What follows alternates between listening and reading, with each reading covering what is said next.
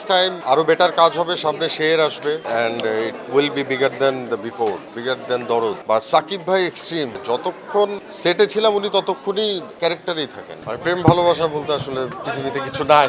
বাংলাদেশের থেকে দেশের বাইরে গ্লোবাল হিট ছিল, হয়তো বা অনেকেই জানে না। নেক্সট টাইম আরো বেটার কাজ হবে, সামনে শের আসবে, তো আমরা হোপফুলি শেরের ভালো কিছু আপডেট দিতে পারবো and it will be bigger than the before, bigger than দরদ। না, আমাদের এক্সপিরিয়েন্স তো like Sonal Chauhan pan Indian film, পুরোটা ফিল্ম শুটিং হয়েছিল ইন্ডিয়াতে, মুম্বাইতে, and definitely mega star Shakib ভাইয়ের সাথে এক্সপিরিয়েন্স, রাহুল দেব ছিলেন, এক্সপিরিয়েন্স হিউজ ছিল। মানে লাইক ওই মুভি থেকে অনেক এক্সট্রিম মশার কয়েল প্ল্যান্ট ফাইবার দিয়ে তৈরি, ডেঙ্গু চিকুনগুনিয়া বাহি সহ যে কোনো মশার বিরুদ্ধে দেয় এক্সট্রিম সুরক্ষা। কিছু শেখা গিয়েছে, মানে অনেক কিছু শিখতে পেরেছে, এর আগেও আমি বলেছি।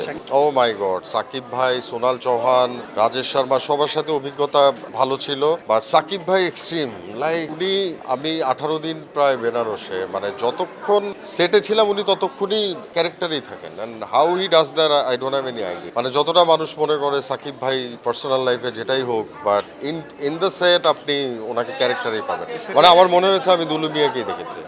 মুহূর্ত আমার মোস্টলি সিন ছিল পায়েল সরকারের সঙ্গে, খুবই ফানি একজন মানুষ, মজার মানুষ।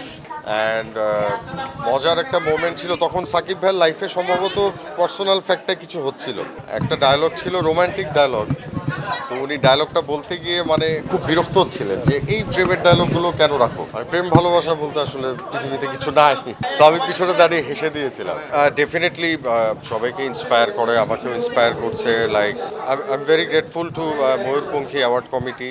সামনে শের নিয়ে আসবো ইনশাল্লাহ। মোস্ট অফ দ্য কাজ তো অনন্য মামুন ভাইয়ের সাথেই হয়। So definitely inspiring and I am really honoured. And thanks to my team, Ananya Mamun টিমকে, যে আমাকে সিলেক্ট করার জন্য। Thanks to SK Movies, Himanshu ধানুকাকে। না, অলওয়েজই আর্টিস্টরা তো চাই যে তার কাজটা সম্মাননা পাক, রিকগনিশন পাক। সো প্রথম আলো জাতীয় চলচ্চিত্র পুরস্কার ছাড়াও যে আরও বিভিন্ন ফাউন্ডেশন এগিয়ে আসছে, সো ভেরি এনকারেজিং। মানে আপকামিং যারা ফিউচারের আর্টিস্ট তারা খুবই ইন্সপায়ার হবে।